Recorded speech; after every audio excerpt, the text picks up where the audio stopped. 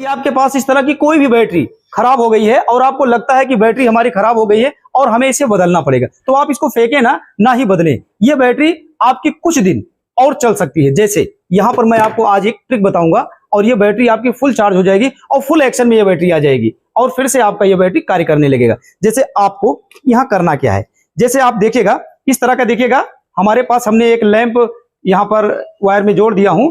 अब इस लैंप को अगर हमें जलाना हुआ तो जैसे आप यहाँ देखिएगा ये हमारा लैंप जल गया।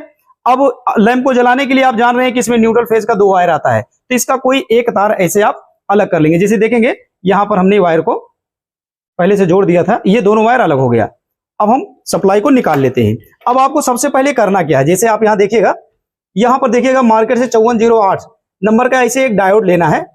तो ये डायोड लेंगे तो 4 डायोड आपको निकाल लेना है। जैसे यहाँ देखिएगा 4 डायोड का हमने ब्रिज बना दिया है, तो 2 का कैथोड यहाँ पर जोड़ दिया हूं और 2 का एनोड यहां पर हमने जोड़ दिया है। तो यहाँ 1 का माइनस 1 का प्लस और यहां पर देखेंगे 1 का माइनस 1 का प्लस। अब इसी में आपको करना क्या है कि जो अभी लैंप से हमने दोनों तार अलग किया था उसका कोई एक तार यहां जहां डायोड में एक डायोड का एनोड 1 का कैथोड आपस में मिल रहा है, वहां सीरीज टेस्ट जो ये लैंप अभी हमने आपको दिखाया है उसका दोनों तार आपको यहां पर जोड़ देना है। अब यहां देखिएगा डायोड में जहां 2 का कैथोड जुड़ रहा है, यहां बैटरी का प्लस जोड़ेंगे। जैसे देखेंगे यहां बैटरी के प्लस से एक तार हमने पहले से निकाल लिया है, तो यहां बैटरी का आप प्लस जोड़ देंगे।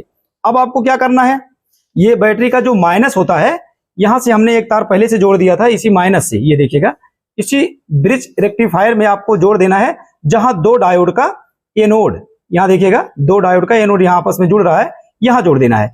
अब आपको करना क्या है, जैसे यहां पर आप देखिएगा ये जो टेस्ट लैंप हमारा है ठीक उसी प्रकार से अगर हम बोर्ड में लगाते हैं तो देखिएगा लैंप जल गया, लेकिन यहां सीरीज में बैटरी को प्लस माइनस सप्लाई डायोड के द्वारा मिल गया है।